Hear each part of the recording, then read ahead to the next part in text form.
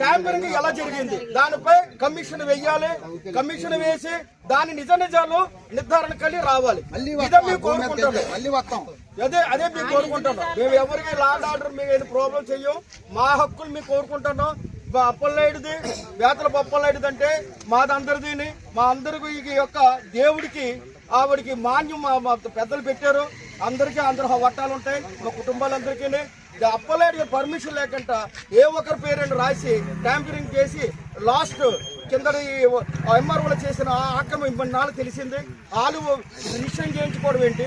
ఎవరికి ఆ రిజిస్ట్రేషన్ చేయించుకున్న జాగ్రత్త రాజు అనే వాడికి ఒక సెంటు భూమి కూడా అక్కడ లేదు. అలాంటి వాడి పేరు రాసి వాళ్ళు ఇష్టం వచ్చినట్టు రాశారు. ఇలాంటి అక్కడ మన ప్రజాస్వామ్యంలో చాలా జాగ్రత్తగా ట్రాన్స్పరెంట్గా ఉండాలి. మేమేం కోరుకుంటాం అంటే జాగ్రత్త రాజుకి ఏమైనా లిక్విడ్ డాక్యుమెంట్ ఉందా, ఆయనకు అందులో భూమిలోకి ఏమైనా హక్కు ఉందా అది తేల్చండి. అది ఎంఆర్ఓలు తేల్చమని మేము కోరుకుంటాను. ఇప్పుడు ఎంఆర్ఓకి మెమరాండం ఇస్తాం. మళ్ళీ లేకపోతే ఎంఆర్ ఆఫీసులు ధర్నా కూడా చేస్తాం.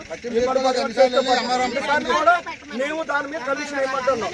ఆ జాగ్రత్త రాజుకి ఆ ఏరియాలో ఒక సెంటు భూమి లేదు, ఒక సెంటు భూమి లేదు.